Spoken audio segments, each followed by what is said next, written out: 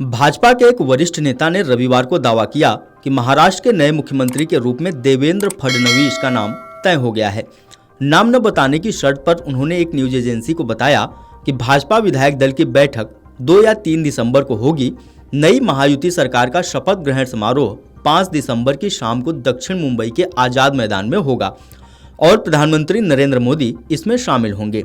आपको बता दें कि देवेंद्र फडणवीस 2 बार मुख्यमंत्री रह चुके हैं, लेकिन दूसरा कार्यकाल कुछ ही दिनों का था। फडणवीस निवर्तमान एकनाथ शिंदे के नेतृत्व वाली सरकार में उप मुख्यमंत्री थे। इससे पहले महाराष्ट्र के कार्यवाहक मुख्यमंत्री एकनाथ शिंदे ने रविवार को कहा कि राज्य के नए मुख्यमंत्री के बारे में भारतीय जनता पार्टी फैसला करेगी, जिसका वह पूरा समर्थन करेंगे। उन्होंने यह भी कहा कि सरकार के गठन को लेकर महायुति के सहयोगियों के बीच कोई मतभेद नहीं है।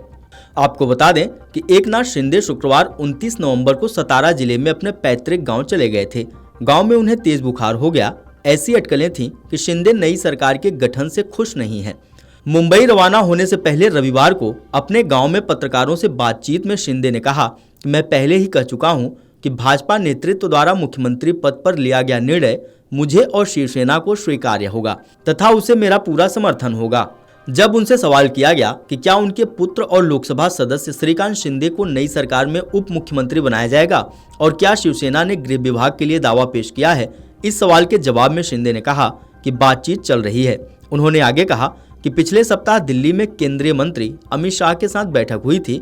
अब हम तीनों गठबंधन सहयोगी सरकार गठन की बारीकियों पर चर्चा करेंगे। उन्होंने कहा कि हम ऐसी सरकार देंगे जो लोग चाहते हैं। पिछले 2.5 साल से हमारे काम के बदले जो भारी जनादेश मिला है, उसके कारण अब हमारी जिम्मेदारी बढ़ गई है। शिंदे ने दोहराया कि महायुति सहयोगियों के बीच कोई मतभेद नहीं है और बताया कि भाजपा ने अभी तक अपने विधायक दल के नेता की घोषणा नहीं की है। हम लोगों की आकांक्षाओं को पूरा करेंगे। हमारे बीच कोई मतभेद नहीं है। हम लोगों के हित में निर्णय लेंगे। मेरे रुख को दोहराने की कोई जरूरत नहीं है। उन्होंने कहा कि इससे कोई शक शुबहा नहीं है। मेरा स्वास्थ्य अब ठीक है। हमारी सरकार का काम इतिहास में सुनहरे अक्षरों में लिखा जाएगा। इस बीच शिवसेना उद्धव बालासाहेब ठाकरे के नेता आदित्य ठाकरे ने कहा कि विधानसभा चुनाव के नतीजे घोषित होने के 1 सप्ताह से अधिक समय बाद भी महायुति द्वारा मुख्यमंत्री के नाम पर फैसला नहीं किया जाना और सरकार न बना पाना महाराष्ट्र का अपमान है। आदित्य ने सोशल मीडिया के जरिए सवाल उठाया कि राज्य में अभी तक राष्ट्रपति शासन क्यों नहीं लगाया गया। महायुति के सबसे बड़े घटक दल भाजपा पर निशाना साधते हुए ठाकरे ने कहा कि सरकार बनाने का दावा पेश किए बिना ही शपथ ग्रहण की तारीख की एक तरफा घोषणा करना घोर अराजकता है।